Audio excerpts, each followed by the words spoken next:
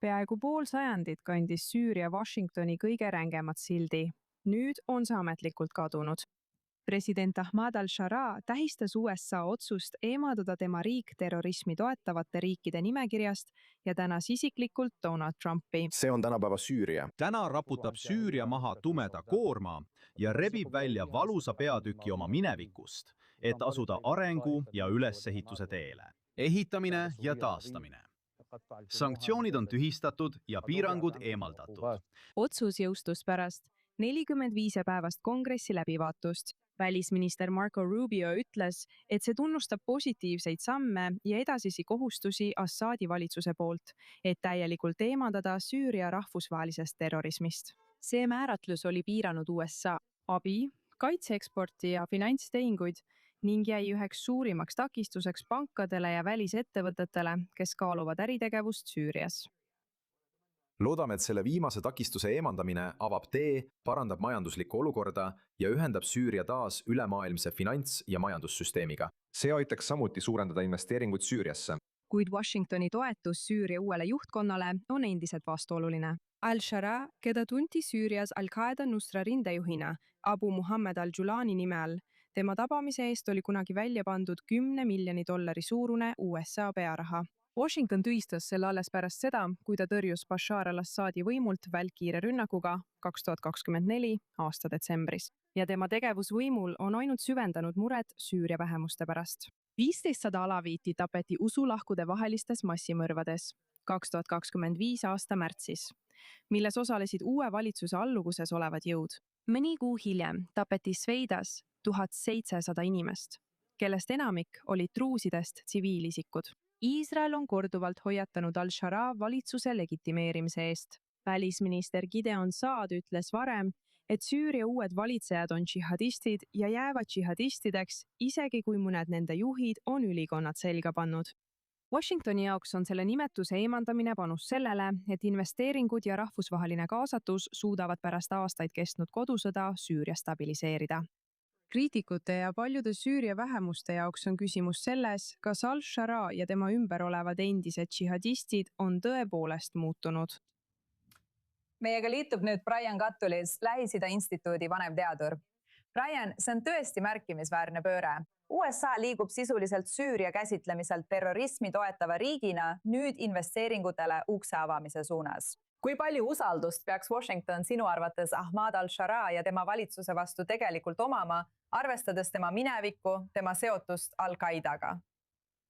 No see on õnnemäng, aga see on risk, mille president Trump on sisuliselt võtnud alates ametisse naasmisest. Kui sa meenutad tema reisi Lähis-Idasse eelmise aasta mais, siis üks tema esimestest sammudest oli tegelikult kohtuda president al-Sharaaga. Ja ta on rääkinud al-Sharaast palju head. Ja ma arvan, et nende strateegia siin on proovida pakkuda mitmeid stiimuleid, et meelitada ja motiveerida Süüria juhtkonda valitsema tegelikult kaasavamalt. Aga see on siiski õnnemäng, arvestades tema tausta ja paljude tema valitsuse liikmete tausta. Ja nagu me teame, lõhestab see piirkonna võtmeriike. Iisrael on selle suhtes väga skeptiline. Türgi ja Saudi Araabia on seda sammu julgustanud. Nii et aeg näitab, kas see õnnemäng tegelikult tasub end ära ja pakub piirkonnale stabiilsust. Õige, ma mõtlen, ma tahan, et sa selgitaksid seda meie vaatajatele. Sest ma arvan, et on palju segadust selle üle, miks Trump oleks nii valmis ja nõus al-Sharaat juhina vastu võtma. Ja sõna otseses mõttes tead edastada seda sõnumit, mida ta on saatnud, et ta on muutunud mees. Arvestades selle isiku džihadistliku minevikku. Ma arvan, et sellel on kaks põhjust. Esiteks näeme me president Trumpi suhtlemises kõigi maailma liidritega, et teda ei huvita tegelikult väärtused. Ta ei ole inimene, kes peab demokraatlikke väärtusi oluliseks. Isegi Ameerika Ühendriikides on kahtlusi selles, kas ta säilitab Ameerika enda väärtusi. Nii et ta on rõõmuga valmis kohtuma Põhja-Korea juhiga. Selles mõttes imetleb ta pigem võimu kui neid, kes tegelikult toetavad samu väärtusi, mis meil on. Ja üsna lihtsalt tead, al-Sharaa oli veel mõned aastad tagasi Ameerika Ühendriikide eest põgenemas, aga nüüd on tal võim ja president Trump teeb temaga koostööd. Teiseks arvan ma, et president Trumpi nägemus sellest piirkonnast. Tead, inimesed keskenduvad tema eesmärgile laiendada Abrahami kokkulepet, tema segadust tekitavatele pööretele Iraani poliitikas. aga tegelikult on ta pööranud palju aega ja tähelepanu Süüriale ja Liibanonile Levandis ning ta soovib tegelikult aidata sealsetel juhtidel oma olukorda stabiliseerida. Ja see on viinud ta vastuollu mõningate seisukohtadega, mida me kuuleme sellistest riikidest nagu Iisrael. Rääkides Iisraelist, siis kaitseminister Israel Katz kordab, et Iisraeli sõjavägi ei kavatse lahkuda oma puhvertsoonist Lõuna-Süürias. Brian, jää meiega. Ma tahan kõigepealt kuulda, mida tal öelda on. Siit vaatame alla Damaskusele, mis on 35 kilomeetri kaugusel. Vaatame ülevalt alla orule Liibanonis, Hezbollah tugipunktile.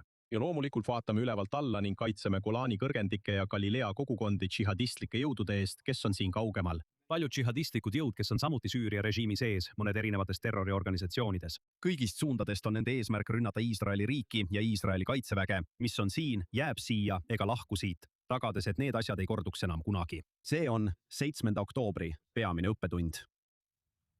Süüria mõistab sisuliselt hukka Iisraeli kaitseministri niinimetatud ebaseadusliku sisenemise riigi lõunaossa, kus me nägime teda neid avaldusi tegemas.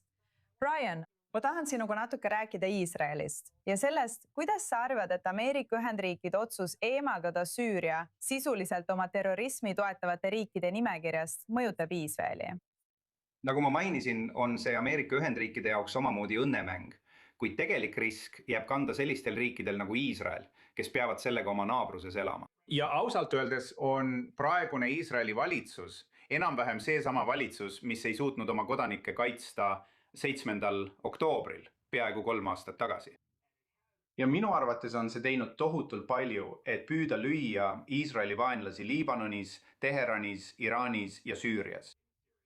Aga minu arvates on see valitsus viinud läbi ka rünnakupoliitikat ilma strateegiata. Mulle ei ole selge, mis on praeguse Iisraeli valitsuse lõppeesmärk. Ja on tõesti huvitav näha, et vähemalt Süüria küsimuses on minu arvates tõesti lahkarvamusi Donald Trumpi juhitud Ameerika Ühendriikide ja Netanyahu valitsuse juhitud Iisraeli vahel.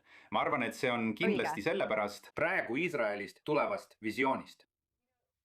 Ma arvan, et viimane asi, mida ma tahan sinult küsida, puudutab Iisraeli keeldumist taandumas Süüria piiril asuvast puhvertsoonist. Me teame, et Washington on survestanud Iisraeli ja Süüriat mingisugusele rahuleppele jõudma. Ma arvan, et nii võib seda nimetada. Aga kas sa arvad, et katse luua laiem julgeolekukorraldus Süüriaga osutub lõpuks võimatuks, kui Iisrael ei ole nõus sellest piirkonnast taanduma? Absoluutselt. Ma mõtlen, iga valitsuse peamine kohustus on kaitsta omaenda kodanikke. Ja taas 7. oktoobri mälestused ja sissetung Gazast elavad paljude iisraellaste mälus tugevalt edasi. Nii et kui kahe poole Iisraeli ja Süüria vahel ei ole usaldust ja kindlustunnet loodud, siis siin ongi probleem president Trumpi muutliku ja etendusliku diplomaatia juures. See ei loo sageli usaldust ega kindlustunnet poolte vahel. Sellepärast ei suuda ta lahendada Venemaa sõda Ukraina vastu või käitub ta Iraani suhtes ebajärjekindlalt ja kõikudes.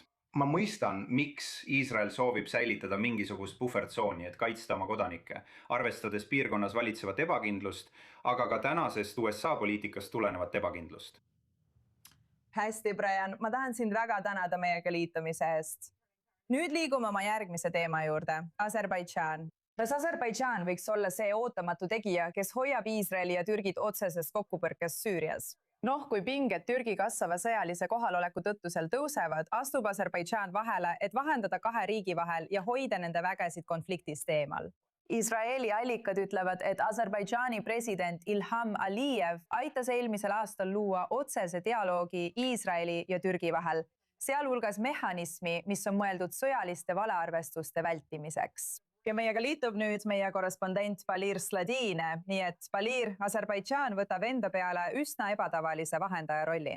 Miks sa arvad, et Baku on nii huvitatud Iisraeli ja Türgi kokkupõrke vältimisest ning kui tõhusaks pead sa seda tagakanalit tegelikult? Neil on siin muidugi palju huve, sest esiteks on nad üks suurimaid Iisraeli relvade ostjaid, eriti Mägi-Karabahhi sõja ajal. Ja loomulikult on nad ka Iisraeli naftatarnijad. See nafta liigub tegelikult läbi Türgi, kes on siin teine osapool.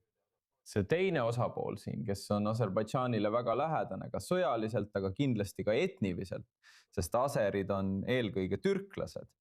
Ja seepärast on Aserbaidžaani jaoks väga oluline, et nende kahe riigi vahel ei tekiks konflikti, mille puhul nad peaksid pooli valima.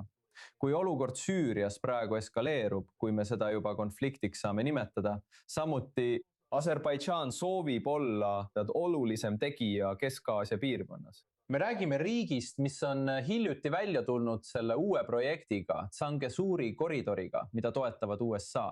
Ja loomulikult tahavad nad üldiselt piirkonnas olulist rolli mängida. Nüüd, mis puudutab kogu selle suuna tõhusust, mida me näeme, et Baku järgib, siis tuleb kõigepealt selgitada, et see toimub paralleelselt USA suunaga. Aga Ilham Alijevil on USA suunaga võrreldes veel üks eelis. Nimelt see, et tema ei ole Tom Barak, keda Iisraeli poole ei usalda. Vähemalt nii, nagu me avalikult Tom Baraki puhul näeme. Midagi, millega Iisrael absoluutselt ei lepi. Ja just sellepärast on Ilham Alijev nüüd Iisraeli poole jaoks usaldusväärsem. Õige. See seab praegu kahtluse alla selle, kui palju Iisrael tegelikult usaldab või näeb, et USA suund, eriti Tom Barak, on sellest tegelikult neutraalne. Need Türgi-Iisraeli vaidlused üldiselt. Kui vaadata tulevikku, siis mis sa arvad, mis on Iisraeli suurim mure praegu? Kas see on Türgi kasvav sõjaline kohalolek Süürias või vähemalt katse olla Süürias kohal? Või tead, võimalus, et nende kahe riigi vahel võib mingi valearvestus kasvada millekski palju tõsisemaks? No sellel on taktikaline külg, mis on muidugi kõige hirmutavam kõigist, sest kui midagi juhtub, kui me näeme Iisraeli lennukit Süüria kohal ja siis Türgi sõjavägi arvab, et see lennuk liikus tegelikult Türgi territooriumi suunas ja nad tulistavad selle alla, siis on see kindlasti olukord, millest enam ei saa pinget maha võtta. Ja muidugi kogu see vastasseis, mis võiks tekkida, kui Iisrael ründab mingil hetkel Süürias Türgi objekti, see oleks samuti midagi, mida oleks väga-väga raske hallata. See on nüüd selle taktikaline külg, aga on olemas ka strateegiline külg, mis puudutab Iisraeli tuleviku nägemust sellest piirkonnast, kuhu kuulub ka Süüria. Kui Türgi paigutab Süüria territooriumile radareid, kaasaegseid radareid, Seal Holgas. Loomulikult õhutõrjesüsteem, see piirab Iisraeli tegutsemisvõimalusi üldiselt, eriti kui me räägime olukorrast Iraaniga, mis pole veel lõppenud ja ilmselt ei saa see niipea läbi. Nii et kui Iisrael kasutab Süüria õhuruumi, muide nad kasutasid Süüria õhuruumi ka enne Assadi režiimi kukkumist, aga kindlasti praegu tahavad nad seda võimalust kasutada. Ja kasutada Süüria õhuruumi, et rünnata Iraani, kui tulevikus midagi juhtub.